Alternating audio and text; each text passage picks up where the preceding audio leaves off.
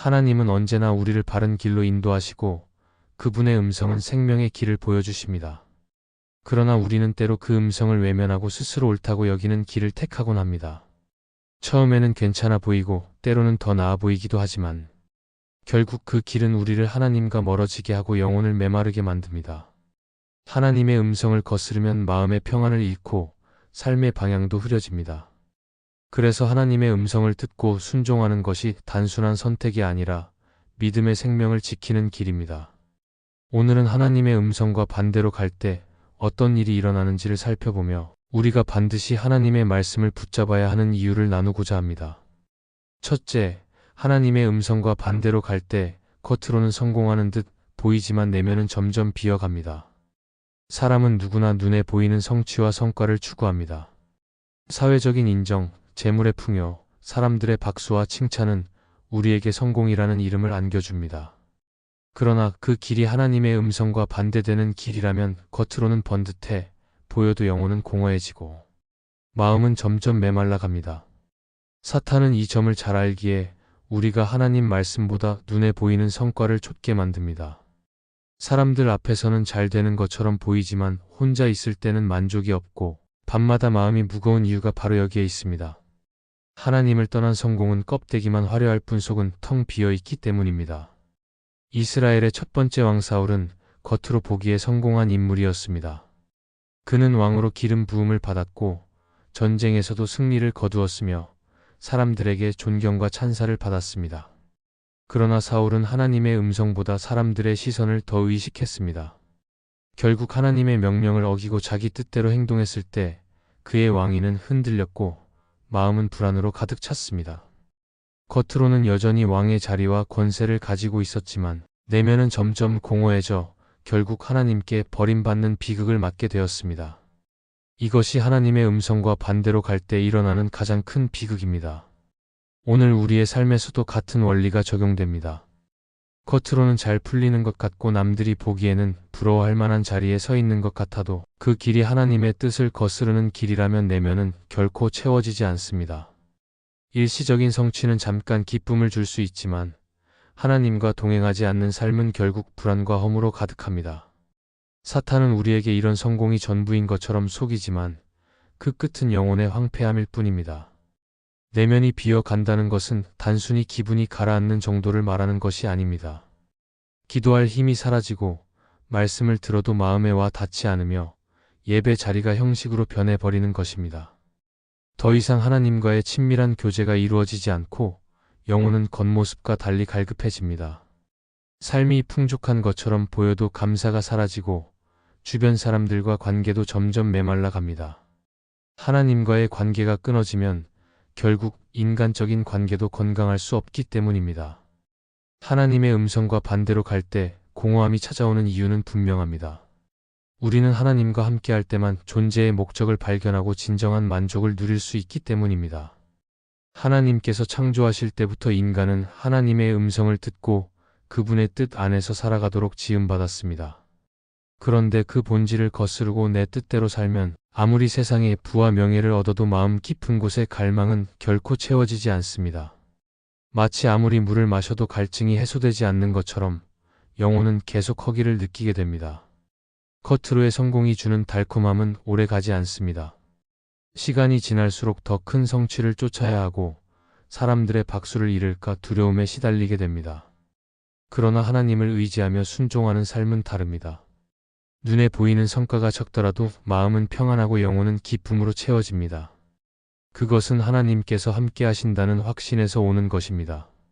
반대로 하나님의 음성을 거슬러 얻은 성공은 결국 스스로를 무너뜨리는 덫이 됩니다. 그러므로 우리는 성공의 모양보다 내면의 상태를 먼저 살펴야 합니다. 아무리 잘 되는 것 같아도 내 영혼이 하나님과 멀어져 있다면 그것은 참된 성공이 아닙니다. 오히려 실패보다 더 위험한 길일 수 있습니다. 하나님은 우리가 눈에 보이는 성취보다 마음의 중심을 보시며 우리의 영혼이 그분 안에서 살아있기를 원하십니다. 겉으로는 성공하는 듯 보이지만 내면이 비어간다면 그것은 하나님의 음성과 반대로 가고 있다는 신호일 수 있습니다. 이때 우리는 반드시 멈추어 서서 하나님께로 돌아가야 합니다. 하나님은 언제든지 회개하는 자를 받아주시고 다시 그분의 음성을 따라 걷는 자에게 생명의 기쁨을 회복시켜 주십니다. 사탄은 겉모습을 화려하게 꾸며 우리를 속이지만 하나님은 내면의 빈자리를 진정으로 채워주시는 분이십니다. 그러므로 하나님의 음성을 따르는 삶이야말로 흔들리지 않는 성공이며 영혼을 풍성하게 하는 길입니다. 둘째, 하나님의 음성과 반대로 갈 때 기쁨을 잃고 의무적인 삶으로 변합니다. 하나님은 우리에게 기쁨을 주시는 분이십니다. 주님을 따르는 길에는 언제나 평안과 감사가 흐르고 그분의 말씀에 순종할 때 삶은 비록 어렵더라도 마음 깊은 곳에서 우러나오는 기쁨을 누리게 됩니다. 그러나 사탄은 교묘하게 우리의 시선을 돌려 하나님의 음성을 무시하게 하고 결국 믿음의 삶을 기쁨이 아닌 의무로 여기게 만듭니다. 하나님을 따라 살아가는 것이 감사와 은혜의 반응이 아니라 억지로 지켜야 하는 규칙처럼 느껴지게 만드는 것입니다. 이렇게 되면 기도의 자리도 부담이 되고 예배도 형식적인 행위로 변하며 봉사도 억지로 해야 하는 일처럼 느껴집니다. 결국 하나님의 음성과 멀어질수록 우리는 신앙의 본질을 잃고 기쁨 대신 의무감만 붙잡게 됩니다. 이스라엘 백성은 광야에서 하나님께서 직접 인도하셨음에도 불평을 멈추지 않았습니다. 그들은 만나와 메추라기를 먹으며 생명을 유지했지만 하나님의 은혜를 기쁨으로 누리지 못했습니다. 하나님의 음성을 따르지 않고 자기 욕심과 불만에 따라 움직였을 때 신앙은 감사와 감격이 아니라 의무와 불만으로 채워졌습니다. 그 결과는 하나님과의 관계가 멀어지고 매일 주어진 은혜가 아무 의미 없는 것처럼 느껴지는 것이었습니다. 이 모습은 오늘 우리의 신앙에도 그대로 드러납니다. 하나님을 따르지 않고 자기 뜻대로 살면 은혜는 당연하게 여기고 신앙생활은 무거운 짐처럼 변해버립니다. 하나님의 음성을 거스르면 기쁨이 사라지는 이유는 하나님과의 교제가 끊기기 때문입니다. 진정한 기쁨은 상황에서 오지 않고 오직 하나님과의 관계에서 흐르는 것입니다. 하나님은 우리를 사랑하시고 날마다 은혜로 돌보시지만 우리가 그 음성을 외면할 때 마음은 하나님의 임재를 느끼지 못하고 점점 메말라 갑니다.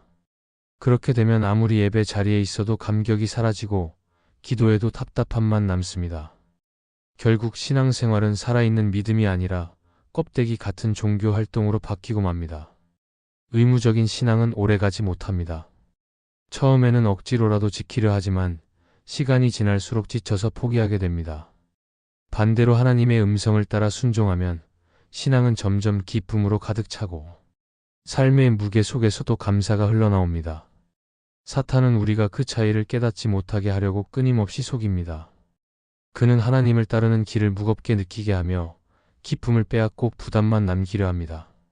결국 그 속임수에 넘어가면 우리는 신앙의 본질을 잃고 하나님과 동행하는 기쁨을 누리지 못한 채 형식적인 신앙에 머물게 됩니다. 그러므로 우리는 하나님께서 원하시는 신앙의 본질을 다시 붙잡아야 합니다. 신앙은 억지로 지켜야 하는 규칙이 아니라 하나님의 사랑에 대한 감사의 고백이어야 합니다. 말씀에 순종할 때 얻게 되는 자유와 기쁨을 경험할 때 우리의 신앙은 무거운 짐이 아니라 은혜의 길이 됩니다. 하나님은 언제나 우리에게 참된 기쁨을 주시며 그 기쁨은 상황과 환경을 넘어섭니다. 그러나 그분의 음성을 거스르면 아무리 많은 것을 가지고 있어도 감사가 사라지고 결국 마음은 의무에 짓눌려 버립니다. 삶이 의무로만 채워지고 기쁨이 사라졌다면 그것은 하나님께서 말씀하시는 길과 멀어진 신호일 수 있습니다. 이때 우리는 다시 하나님의 음성 앞에 서야 합니다. 주님께 순종하며 마음을 드릴 때 기쁨은 다시 회복되고 신앙은 살아있는 힘을 얻게 됩니다. 사탄은 우리를 무거운 의무의 길로 끌어가려 하지만 하나님은 우리를 자유와 기쁨의 길로 인도하십니다. 그러므로 하나님의 음성을 따라가는 삶만이 진정한 기쁨을 지키는 길이며 우리의 신앙을 새롭게 하는 길입니다. 셋째, 하나님의 음성과 반대로 갈 때 스스로 옳다고 여기며 교만해집니다. 사람은 누구나 자기 판단을 신뢰하려는 경향이 있습니다.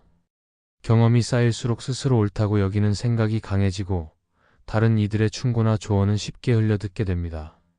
그러나 문제는 우리가 하나님의 음성을 무시하고 내 생각과 기준에만 의지할 때 교만이라는 위험에 빠진다는 것입니다.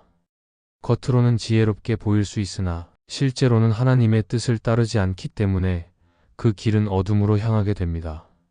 사탄은 이 틈을 파고들어 우리가 하나님보다 자신을 더 의지하도록 만들고 결국 교만에 빠져 넘어지게 합니다. 성경에 나오는 바벨탑 사건은 교만이 얼마나 위험한지를 잘 보여줍니다. 사람들이 힘을 모아 하늘에 닿는 탑을 쌓으며 자기 이름을 내고자 했을 때 그것은 단순한 건축의 문제가 아니라 하나님의 음성을 거스르는 행동이었습니다. 하나님은 땅에 충만하고 흩어져 살라고 명령하셨지만 그들은 반대로 모여서 자신의 힘을 자랑하려 했습니다. 그 결과 언어가 혼잡해지고 서로 흩어지는 심판을 받았습니다. 스스로 옳다고 여긴 길은 결국 파멸로 이어졌고 교만은 하나님 앞에서 무너지고 말았습니다. 오늘 우리의 삶에서도 동일한 일이 일어납니다. 하나님의 말씀보다 내 생각이 더 합리적으로 보일 때 우리는 순종 대신 자기 기준을 선택하기 쉽습니다. 때로는 말씀을 알고도 내 방식이 더 낫다고 여기며 변명합니다. 그러나 그 순간부터 우리는 하나님의 음성을 떠나 스스로 옳다는 착각에 빠지게 됩니다. 결국 교만이 마음을 지배하면 하나님의 음성은 더 이상 들리지 않고 자기 확신만 커져버립니다. 겉으로는 당당해 보일지라도 영혼은 점점 무너지고 있는 것입니다. 교만의 특징은 다른 사람의 말도 듣지 않는다는 점입니다. 하나님의 음성을 무시하는 사람은 곧 주변의 충고와 권면도 흘려듣습니다. 모든 판단의 기준을 자기 안에 두기 때문에 누군가의 조언을 들으면 오히려 불편하게 여기고 스스로 더 옳다고 고집하게 됩니다. 이렇게 되면 마음은 점점 굳어지고 결국 하나님 앞에서 겸손히 무릎 꿇는 자리가 사라집니다. 사탄은 바로 이 과정을 이용하여 우리로 하여금 하나님의 말씀에 귀 기울이지 못하게 합니다. 하나님의 음성과 반대로 가는 삶에서 생기는 교만은 단순한 성격 문제가 아닙니다. 그것은 영적인 문제이며 하나님과의 관계가 무너진 결과입니다. 교만은 하나님을 의지하지 않고 나 자신을 의지하는 것이기 때문에 기도는 점점 사라지고 말씀을 붙드는 힘도 약해집니다. 결국 겉으로는 신앙을 지키는 것 같지만 내면에서는 하나님을 의지하지 않는 삶을 살게 되는 것입니다. 그러므로 우리는 언제나 겸손을 지켜야 합니다. 겸손은 단순히 고개를 숙이는 태도가 아니라 하나님 앞에 내 생각과 뜻을 내려놓고 하나님의 말씀을 우선하는 자세입니다. 내가 옳다고 여기는 순간에도 하나님께 묻고 그분의 뜻에 귀 기울일 때 교만은 꺾이고 겸손이 자리 잡습니다. 사탄은 우리를 교만하게 만들어 하나님의 음성을 멀리하게 하지만 하나님은 겸손한 자를 들어 높이시고 그 길을 인도하십니다. 삶에서 우리가 내 생각을 앞세워 하나님의 음성을 무시한다면 그것은 반드시 멈추어야 할 신호입니다. 스스로 옳다고 여길 때일수록 더 깊이 하나님께 물어야 하고 내 고집을 꺾어야 합니다. 하나님은 지금도 겸손한 자를 찾으시며 그들의 기도를 들으시고 인도하십니다. 그러므로 하나님의 음성을 따르는 것은 단순한 선택이 아니라 교만에서 벗어나 생명의 길을 걷는 유일한 길입니다. 스스로 옳다고 여기는 교만을 버리고 하나님의 음성에 순종할 때 우리는 비로소 안전하게 서 있을 수 있고 하나님이 주시는 참된 평안과 기쁨을 누리게 될 것입니다. 넷째, 하나님의 음성과 반대로 갈 때 세상의 즐거움은 커지지만 만족은 줄어듭니다. 사람의 마음은 무언가로 채워져야만 합니다. 하나님께서 주시는 말씀과 은혜로 영혼이 채워질 때 우리는 참된 만족을 누립니다. 그러나 하나님의 음성을 외면하고 세상의 길을 택하면 눈앞의 즐거움은 커지지만 마음은 오히려 더 공허해집니다. 사탄은 이 점을 잘 알기에 우리를 끊임없이 유혹합니다. 더 많은 것을 가지면 행복할 것처럼, 더 큰 성취를 이루면 만족이 올 것처럼 속이지만 실제로는 끝없는 갈증만 남습니다. 세상의 즐거움은 순간적일 뿐이고 시간이 지나면 더 강한 자극을 찾아 헤매게 되며 결국 영혼은 만족을 잃고 메말라 갑니다. 이스라엘 백성은 광야에서 하나님의 음성을 무시하고 애굽에서 먹던 고기를 그리워했습니다. 그들은 하늘에서 내린 만나를 먹으면서도 불평했습니다. 하나님께서 주시는 은혜는 소중히 여기지 않고 눈앞의 즐거움만 바라보았기 때문에 마음에는 만족이 없었습니다. 결국 그들의 불순종은 하나님의 진노를 불러왔고 하나님은 그들이 원하는 것을 허락하셨지만 동시에 무거운 결과도 겪게 하셨습니다. 이처럼 하나님의 음성을 거스르면 순간적인 즐거움은 늘어나지만 진정한 만족은 사라지고 그 끝은 허무와 고통입니다. 오늘 우리 삶도 크게 다르지 않습니다. 하나님의 말씀보다 세상의 목소리를 더 크게 따를 때 우리는 눈앞의 쾌락을 쫓게 됩니다. 더 많은 물질, 더 높은 자리, 더 더 큰 인정이 주는 즐거움은 한순간 우리를 흥분시키지만 마음 깊은 곳의 갈망은 여전히 채워지지 않습니다. 세상은 계속해서 더 많은 것을 요구하고 우리는 더 바쁘게 달려야 합니다. 그러나 그렇게 살수록 마음은 더 공허해지고 만족은 줄어듭니다.